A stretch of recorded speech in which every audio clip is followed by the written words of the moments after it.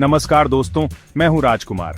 आज हम एक ऐसे विषय पर बात करने जा रहे हैं जो बहुत ही महत्वपूर्ण है, खासकर आपके लिए जो व्यापार और निवेश की दुनिया में कदम रख रहे हैं। बाजार में हेरफेर, ये शब्द सुनने में ही कुछ गड़बड़ लगता है ना? ये वो खेल है जो ताकतवर लोग आम आदमी को बेवकूफ बनाने के लिए खेलते हैं।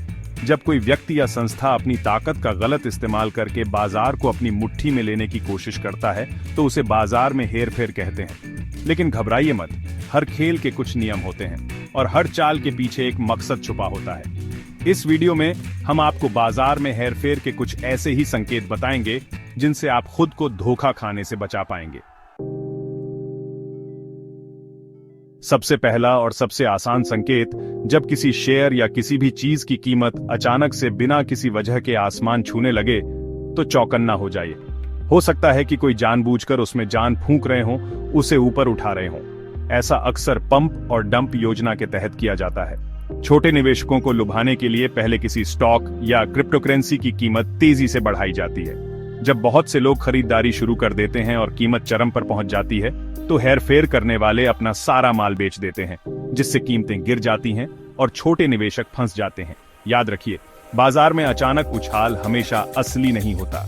अगर कोई चीज बहुत जल्दी ऊपर जा रही है तो उसके पीछे कोई ठोस वजह होनी चाहिए। दूसरा संकेत है बाजार में अत्यधिक उतार चढ़ाव।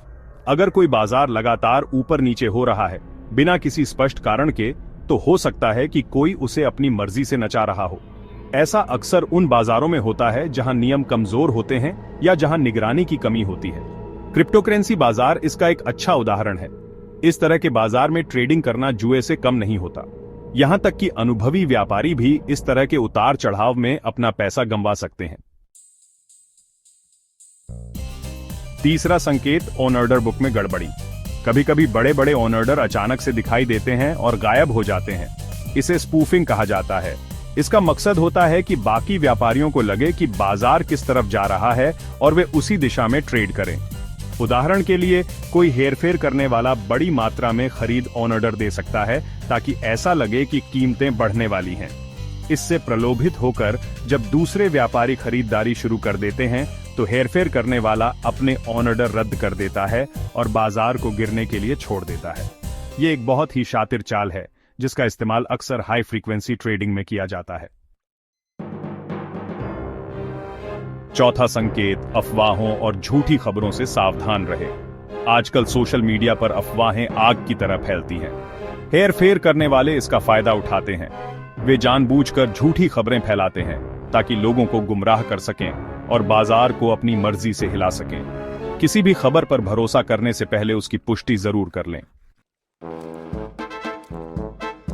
और आखिरी संकेत, पारदर्शिता की कमी। जिन बाजारों में नियम ढीले होते हैं, जहां लेन देन का रिकॉर्ड ठीक से नहीं रखा जाता, वहां हेरफेर का खतरा सबसे ज्यादा होता है। ऐसे बाजारों में आपको सावधानी से कदम रखना चाहिए।